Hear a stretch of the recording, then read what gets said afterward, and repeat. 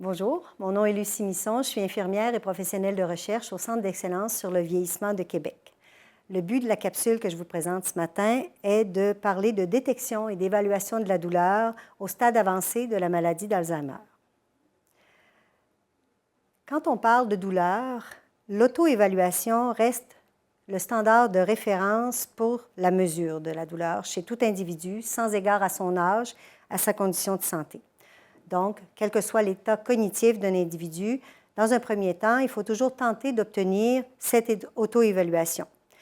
Et il arrive même que des patients atteints de démence, même à la limite sévère, qu'ils soient en mesure de nous donner certaines indications.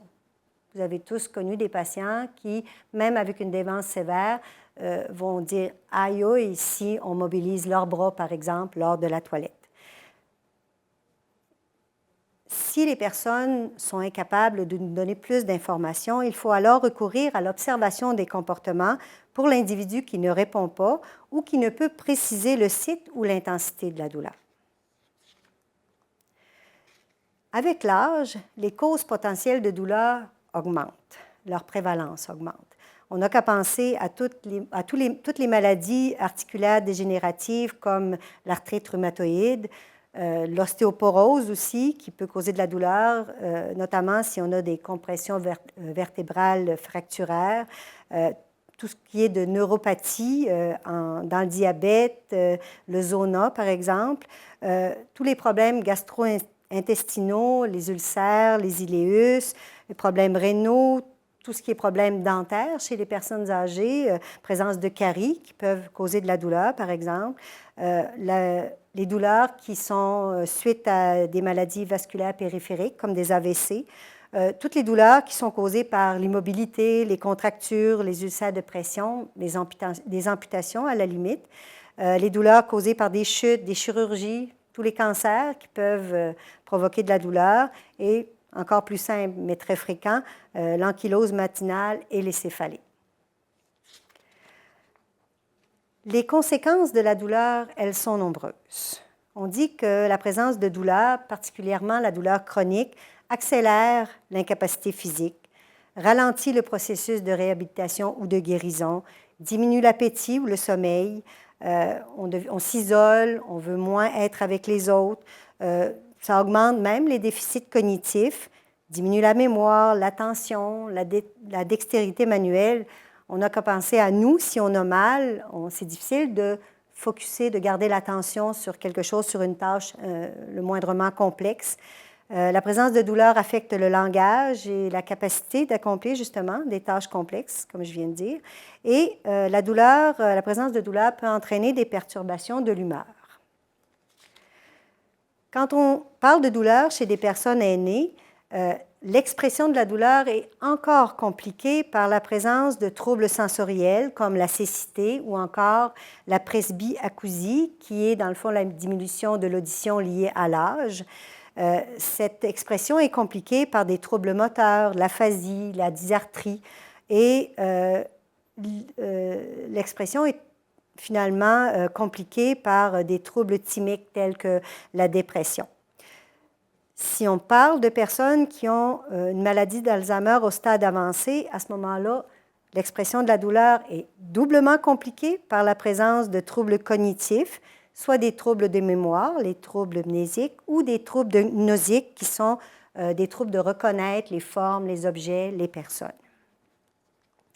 Quelques études ont regardé la détection de la douleur dans la démence, entre autres Kloss et ses collaborateurs en 2005.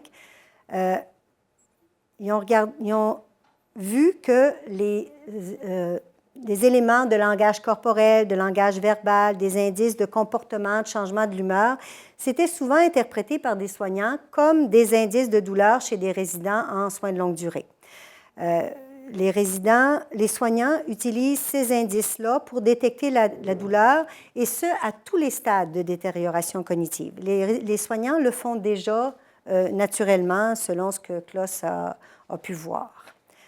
Cypher, pour sa part, en 2006, a trouvé que les résidents atteints de démence sévère et qui ont des douleurs chroniques, ils ont plus de symptômes comportementaux que ceux qui étaient atteints d'une démence légère et modérée. Les comportements qu'ils ont observés étaient des symptômes dépressifs et des comportements de retrait dans l'étude de Seifert. Ce qui est intéressant, en 2012, O'Connor a rapporté un cas d'un patient dément qui s'est présenté à l'urgence avec une fracture de la hanche. O'Connor a réalisé que lors du repositionnement, le patient, même s'il était atteint de démence avancée, avec un mini-examen d'état mental à 13, était capable de dire « hurt », donc « j'ai mal », en pointant sa hanche sur un diagramme qui représentait le corps humain. Par contre, il était incapable de quantifier la douleur quand on lui demandait, mettons par exemple, de 0 à 10, combien est votre douleur? O'Connor a aussi réalisé que lors du repositionnement de ce patient sur une civière, elle a pu observer que le patient grimaçait, qu'il avait des yeux larmoyants, qui protégeait le site, en l'occurrence sa hanche, il protégeait sa hanche lors du déplacement. Ce qui est très intéressant, c'est qu'O'Connor a remarqué que tout ce qu'on utilise comme paramètres physiologiques souvent chez une personne cognitivement intacte pour évaluer la présence de douleurs comme le pouls, la tension artérielle, la respiration qui pourrait être augmentée, bien, chez ce patient dément, ces paramètres-là n'avaient pas changé durant le repositionnement qui pourtant semblait douloureux. Donc, si on regarde ces quelques études que je vous ai présentées et les autres qu'on peut retrouver dans la littérature scientifique, on dit que la douleur des personnes atteintes de démence sévère est sous-détectée et sous-évaluée comparativement à la douleur des personnes qui sont cognitivement intactes. On sait aussi, par les études, que les soignants sont capables d'observer les comportements des patients cognitivement atteints pour détecter la présence de douleur. Par contre, les mêmes études montrent que ces patients-là sont incapables de préciser la localisation et l'intensité de la douleur et que souvent, chez les personnes atteintes de démence modérée à sévère, on peut commencer par une auto-évaluation, on obtient certains renseignements, mais il faut compléter par l'observation des comportements. Puis, il faut faire cette observation lors de manipulations potentiellement douloureuses. Bien sûr que si on fait l'observation pendant que le patient repose calmement au lit, il est bien possible qu'on n'observe aucun comportement lié à la douleur. Et bien sûr, quand la démence est avancée, une démence de type Alzheimer, par exemple, sévère, l'observation des comportements, ça reste la seule alternative disponible pour détecter la douleur chez ces personnes. L'observation des comportements dont je viens de vous parler, à l'opposé de l'auto-évaluation qui est réalisée par la personne elle-même, à ce moment-là, c'est une tierce personne qui observe. Donc, on parle d'hétéro-évaluation. Pour faire l'hétéro-évaluation, il y a des dizaines de grilles d'observation qui sont actuellement disponibles. On sait que les études ont comparé les qualités méthodologiques de ces diverses grilles, ils les ont étudiées, ils les ont classées.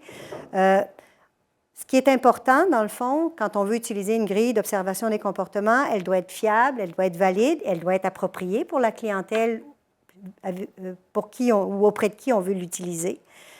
Puis c'est important de prendre en considération le temps requis pour apprendre à utiliser cet outil-là, pour l'utiliser quotidiennement, puis de voir si ça convient bien à notre pratique, au personnel qui va l'utiliser et au modèle d'organisation des soins dans l'établissement où on veut faire l'observation des comportements. Il y a des règles pour faire l'hétéro-évaluation. Donc, je viens de vous parler de choisir une grille qui est valide et adaptée à la clientèle à évaluer. Il faut que notre grille puisse observer un ensemble de comportements, autant des activités, mouvements du corps, que des expressions faciales, des verbalisations, des comportements plus d'ordre interpersonnel, de modification de l'humeur, par exemple, aussi, ou de capacité de réaliser les activités quotidiennes.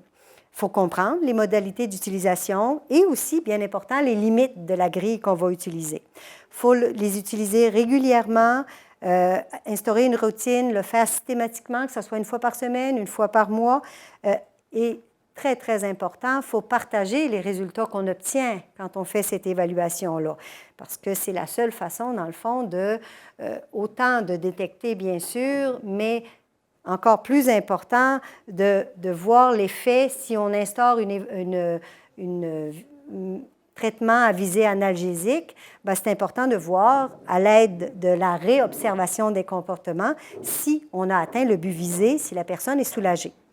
Et dernièrement, mais ce n'est pas le moindre point à observer, il faut toujours comparer les résultats d'un patient aux résultats obtenus par ce même patient. La douleur des individus ne se compare pas autant chez une personne cognitivement intacte que chez une personne qui souffre, entre autres, par exemple, d'une maladie d'Alzheimer.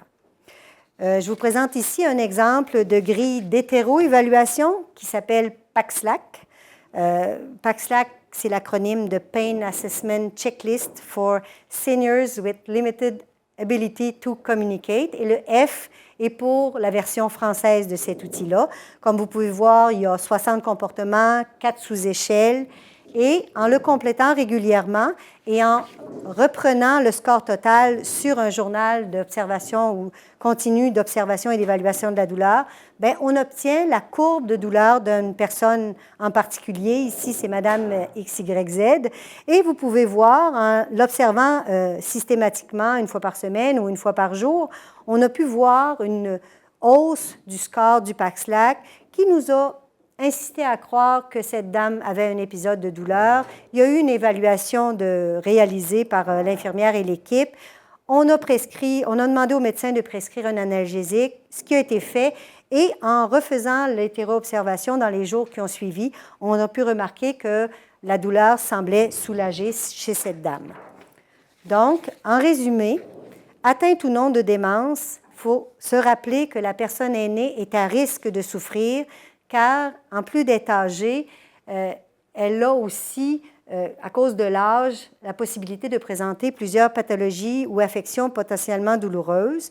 Elle a aussi des limitations de vision, d'audition, d'élocution et des troubles de l'humeur, et tout ça peut compliquer l'expression de la douleur chez l'aîné avant même la maladie d'Alzheimer ou la présence de la maladie d'Alzheimer, et que l'aggravation des déficits cognitifs, ça diminue la capacité d'une personne à nous dire sa douleur, à nous montrer où elle est, cette douleur-là, et à préciser son intensité. Donc, les soignants doivent, en fonction des affections dont souffrent les patients, toujours présumer et anticiper la présence de douleurs chez les individus déments. Donc, on fait l'observation des comportements, on le fait durant la mobilisation, la marche, le transfert, le repositionnement. On garde toujours en mémoire que les comportements peuvent être atypiques. On peut voir de l'agitation, de l'agression, de l'errance chez les patients qui sont atteints d'Alzheimer, et que si on voit à l'aide du suivi systématique avec notre grille d'hétéroévaluation, comme on le voit ici avec le PACSLAC, si on voit que l'indice, le nombre de comportements inhabituels augmente, à ce moment-là, il faut conclure à la présence de douleur, faire une évaluation étendue et, si nécessaire, instaurer un traitement analgésique. Je vous remercie de votre attention.